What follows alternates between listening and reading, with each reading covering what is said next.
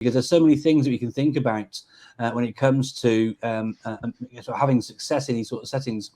So again, thinking about these sort of things at scale, management of devices, having consistency of those devices is really important, and making sure you've got a blend there, because some students will be in and some won't be, and so you need to think carefully about resources and making sure there's opportunities for things which are synchronous but also asynchronous.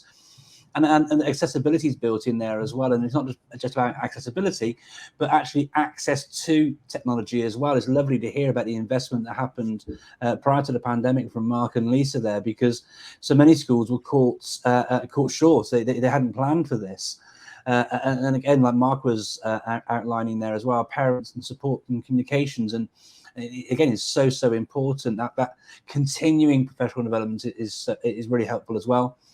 And jumping to the end point there, attendance is really important too. And that's not just about being in person in the classroom, but present within your Google Meet sessions, or present in Teams, whatever it is you're using, and then utilizing the tools like Insights in Teams, for example, where you can see, are students actually looking at the assignments? Are they engaging with it? How long are they spending on it? A byproduct of that as well is you can see what time students have been looking at these things. So you can think about that whole sort of thing around sort of mental health and well-being. Are students looking at these things at appropriate times of the day? Because it's so difficult, isn't it? And then the flip side there is about measuring it as well. So, if you don't measure what you're doing, then how do you know if it's been successful or not? And this diagram I share with schools is really useful, because it shows you some of the pitfalls if you don't consider all these different things. So if you don't monitor attendance, then there's knowledge gaps, and if students aren't attending, there are knowledge gaps. If you don't measure it, how do you know if you've been successful? If staff aren't trained and supported, then they're anxious. If you don't ensure access, then it's inequality.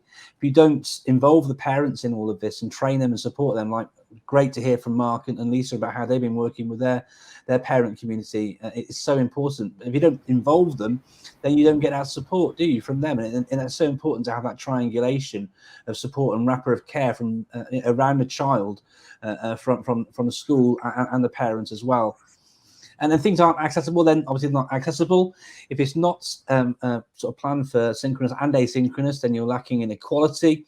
And if you don't have a consistent approach, I've seen some schools, using multiple platforms, from Seesaw to Shobi to Class Dojo, all in the same school, in the same setting. And, that inconsistency just brings loads and loads of confusion. So it's really important thing to be sort of strategic about this. And from the work I've done with the schools that I work with, I found that having and thinking carefully about those sorts of approaches as we sort of roll through the pandemic have been really helpful to make sure that we have that sort of consistency of access, and children get the access and support and learning that they actually require and are due, aren't they?